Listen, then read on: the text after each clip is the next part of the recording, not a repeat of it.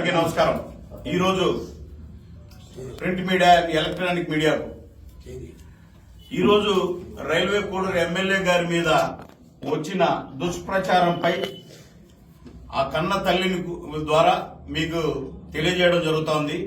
ముఖ్యంగా ఇసుకపట్ల సృజన్ అనే ఒక ఆయన మన సింహాద్రిపురంలో ఉద్యోగం చేస్తూ పంచాయతీరాజ్ డిపార్ట్మెంట్ లో చనిపోయినాడు. చనిపోతే మానవతా దృక్పథం కింద ఆయన కూతురైనటువంటి వీణ అనే ఆమెకు మొట్టమొదటి పోస్టింగ్ రైల్వే కోడూరులో ఇచ్చారు. 2021 మార్చి 13వ తేదీ రైల్వే కోడూరు పంచాయతీ ఆఫీసులో జాయిన్ అయింది. 2 ఏళ్లు ప్రొబేషనరీ పీరియడ్ అయినా ఈ రోజుకి 5 ఏళ్లైనా ఇంతవరకు ఆ అమ్మాయికి సర్వీస్ రిజిస్టర్ కావాలి.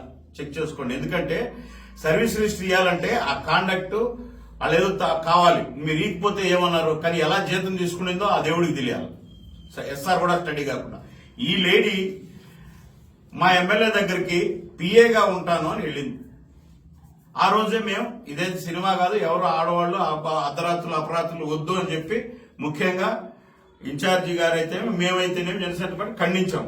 దాంతో కొంత సోషల్ మీడియా ఇన్ఫ్లుయెన్సర్ ఇన్స్టా ఈ మధ్య యువత మీరు గమనించాల్సింది ఏంటంటే ప్రతి ఒక్కరికి ఇన్స్టా ఫేస్బుక్ ఎక్కువ వాడతారు. అట్ ది సేమ్ టైం ఆ ఇన్స్టాలో మా ఎమ్మెల్యే గారికి మెసేజ్లు పెడుతూ యంగెస్ట్ ఎమ్మెల్యే కంగ్రాచులేషన్స్ సార్, మీరు అదే సామాజిక వర్గం ఒకటే. సామాజిక వర్గంలో మామూలుగా ఇప్పుడు కొన్ని ఉంటాయి, అంటే పోకనాటి అట్లంట, మేము ఇది మీరేంటి అంటే ఎవరైనా స్పందిస్తారు. సాటి సామాజిక వర్గం ఎవరో అంటే మనం అని. ఈమె ఎమ్మెల్యే గారికి గాని వాళ్ళ మదర్ వాళ్ళ దగ్గరకు పోయి నేను మిమ్మల్ని మ్యారేజ్ చేసుకోవాలి, నేను శ్రీధర్ని చేసుకోవాలి అని చెప్పి పెళ్లి కానట్లు వాళ్ళ తల్లిదండ్రుల దగ్గర మీకు బంధువులు అవుతామని చెప్పి పోతే వాళ్ళు తీవ్రంగా ఖండించి పంపించారు. ఆ రోజు నుంచి శ్రీధర్ తో చాటింగ్ చేస్తూనే వీళ్లతో విపరీతంగా ఫోన్లు చేస్తూ టార్చర్ పెట్టింది.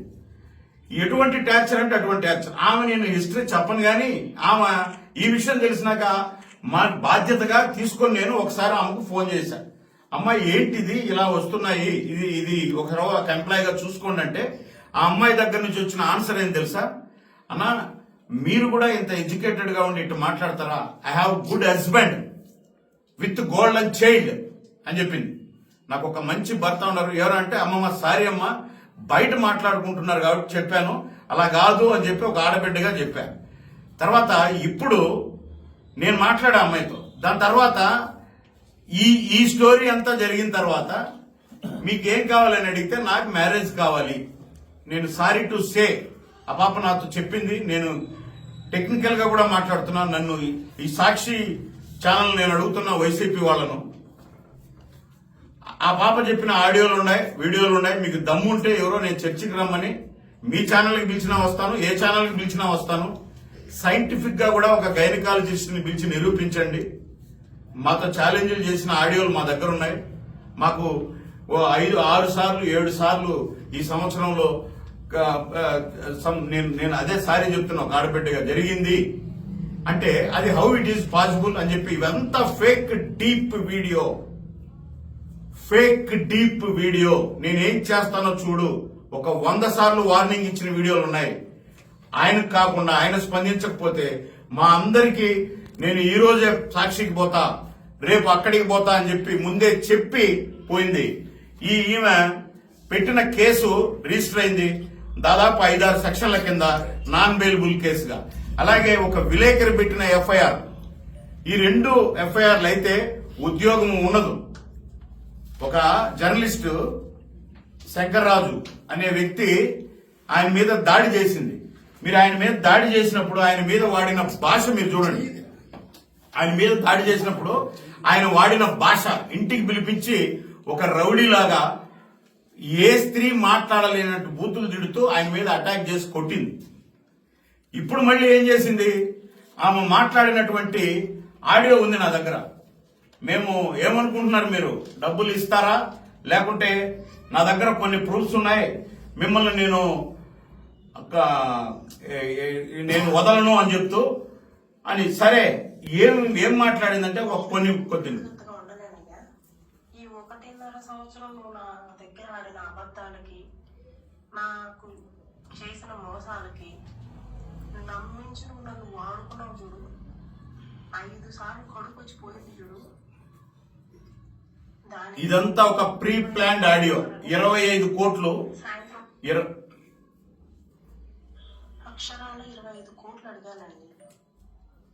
ఎందుకంటే ఏం కావాలండి? ఇప్పుడు నేను మిమ్మల్ని అందరినీ చేతులు జోడించి అడుగుతున్నా, అసలు జనసేన పార్టీకి ఏ విధమైనటువంటి సంబంధం లేకుండా ఒక హనీ ట్రాప్ లేడీ 25 కోట్ల రూపాయల కోసం ఒక ట్రాప్ చేసి అతని దగ్గర ఏదో కొన్ని మెసేజ్లు పెట్టించుకొని అతన్ని వీధిలో పెట్టే ప్రయత్నం చేస్తూ అతని ద్వారా ఎవరో ఇవ్వాలని ఇది మన గౌరవ విలేకరుని మీద దాడి చేసినటువంటి వీడియో. అక్కడ వాడిన భాష మీరందరూ వినండి. అంటే కాబట్టి నేనేం చెప్తున్నానంటే ఈ 2 ఎఫ్ఐఆర్లు ఎప్పుడైనాయో వచ్చేసింది. తర్వాత నేను ఇంకోటి కూడా చెప్పదలుచుకున్నాను మీకు. 2021-22 నుంచి తిరుపతి పట్టణంలో ఆమె ఒక ఇల్లు తీసుకుని ఉంది. నేను పేదరాలను నాకేం తెలియదు అంటుంది కదా. తిరుపతి పట్టణంలో 3 సంవత్సరాల నుంచి ఇల్లుంది. ఈమె చెప్తుంది కదా 1.5 సంవత్సరం నుంచి శ్రీధర్ అని. మరి ఈ ఇంటి ఓనరు కడప జిల్లా ఎస్పీకి కంప్లైంట్ చేశాడు. నన్ను బెదిరిస్తోందండి, మీ పంచాయతీ ఆఫీసులో వీణావాణి అని ఉండే ఒక లేడీ అని ఎస్పీకి పెడితే ఆ ఎస్పీ పంచాయతీ ఈవోకి పంపించాడు. అదేందయ్యా అది, ఖాళీ అన్నా చేయమను, డబ్బులన్నా ఇవ్వనని. అప్పుడు ఈవో ఆ ఎస్పీ గారికి ఇచ్చిన కంప్లైంట్ తో వాళ్ళు ఖాళీ చేయించండి లేదా డబ్బు ఇవ్వండి అని చెప్పి ఈవో ఇచ్చిన రిటర్న్ ఎస్పీకి పెట్టుకున్నటువంటి ఆ ఓనర్ ఎస్పీకి పెట్టుకున్నటువంటి కంప్లైంట్. ఇలాంటివి కోకొల్లలు.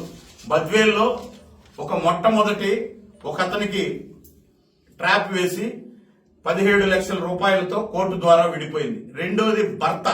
నేను అనుకోవడం అసలు ఈ భర్త అందరూ కలిసే చేసి ట్రాప్ వేశారు ఇది. ఎందుకంటే నేను చెప్తున్నా ఓకంగా, నేను ఆ పిల్లోడితో మాట్లాడి నాకు చేశాడు, అన్న నాకేదో న్యాయం చేస్తాను. ఏంటంటే అతను చెప్పిన మాట ఏంటంటే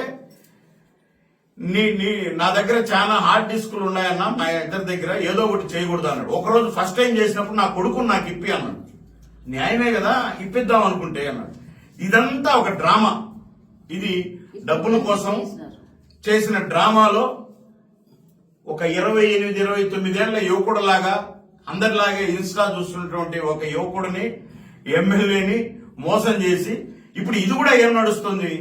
నేను ప్రత్యక్షంగా నా చెల్లెలు లాంటి దానివమ్మ, నువ్వు రా కూర్చొని మాట్లాడదామని నేను పిలిపిస్తే నాతో ఆ పాప దాదాపు 1 అవర్ 1.5 అవర్ మాట్లాడింది. మీకు నేను ఓపెన్ చెప్తున్నా. సరే అన్నా సరే అన్నా సరే అన్నా. దాని తర్వాత మాకు తెలుస్తాయి కదా. 4 రోజుల నుంచి సాక్షికి పోతుందంట, ఎవరో ఆయన పొన్నవేలు సుధాకర్ రెడ్డిని కలుస్తాదంట, ఎంపీని కలుస్తాదంట, ఎక్స్ఎమ్మెల్యేని కలుస్తాదంట. ఇందాక సాక్షిలో ఎక్స్ఎమ్మెల్యే గారు కూడా నేను మీకు అండగా ఉంటాను ఆ పాపకు అన్నారు. ఎస్, మేమేమండి, పవన్ కళ్యాణ్ గారు, జనసేన పార్టీ, ఎన్డీఏ ఎవరైనా సరే అన్యాయం జరిగిన మహిళలకు అండగా మేమెందుకున్నాం. నేను ఎమ్మెల్యే గారిని కోరేది ఒకటే, న్యాయానికి అండగా ఉండండి. దాంట్లో నిజాలు ఎన్నో అండగా ఉండండి. లేదంటే ఇక్కడ చూస్తూ కూర్చోమేము, చాలా మందికి మేము అండగా ఉండాల్సింది వస్తుంది.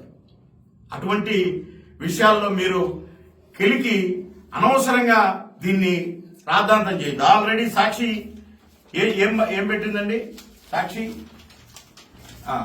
సాక్షి